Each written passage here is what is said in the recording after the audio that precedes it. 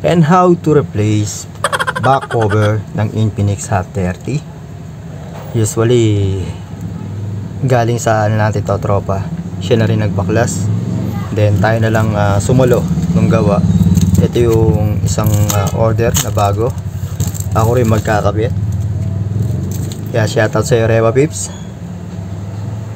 And here, ito yung ito pa. And here yung back cover, bagong bago, white color. Tataka ko ba't white color. Then ano ba yung mga kailangan kalasin? Kakalasin natin yung lens, plastic, cover ng camera. Tinanggal ko na po yan. Nakadikit lang po yan, madali nyo tanggalin yan. Pero ingatan lang ninyo, pwedeng mabasag, pwedeng masira. Then yung front, lalagay na lang natin dito. Iayos lang din natin. And hindi na tayo magdidikit, or kaya kaso lobo na rin yung battery niya, aangat talaga to. Magsusupport na lang tayo rito ng dual adhesive tape. Medyo aangat to. Then need ko muna tanggalin yung sobra para maayos siya at okay yung pagkakalagay.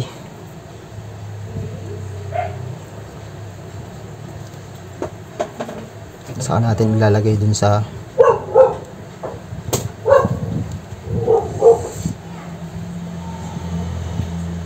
then angat lang natin to. Think naman may kasama siyang sticker. Yung forma niya. At ayan, tamang paglagay is meron siyang alawon sa taas. Ito yung magiging forma niyan. Kaso nga nakaangat lang dahil lobo yung battery. Nakaangat. Doon yung part natin, tatanggalin ko na to.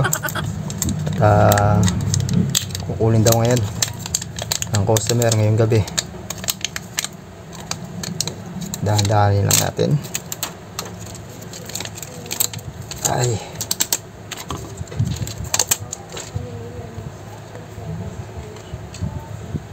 May mga sobra-sobra pang basag na glass.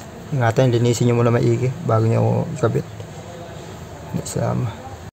Then yung ating SOP ng technician, siyempre para malinis kailangan din nating bombahan muna yung mga camera. And last, pinali natin, need to fix or assembly yung back cover. Nakaangat talaga siya dahil nga lobo na yung battery. Mapapansin naman ninyo yun. Ayun, nandito kagad yung balloons. Mapapansin nyo kagad yun. Lobo siya, angat siya.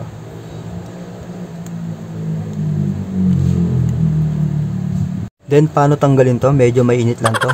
Kung meron kayong heat gun, pwede yung heat gun para lumambot, makuha nyo kagad yung cover ng LCD.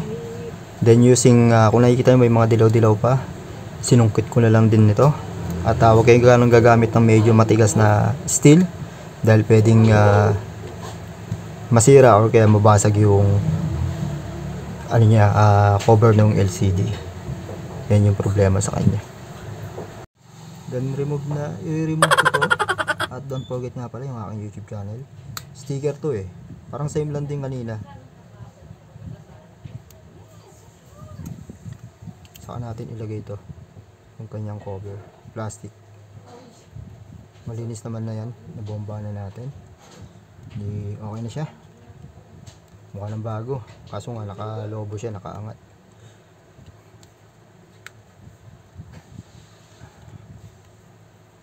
Alright. And then next, yung marami nagsasabi kapag napapalito, mihinay sounds.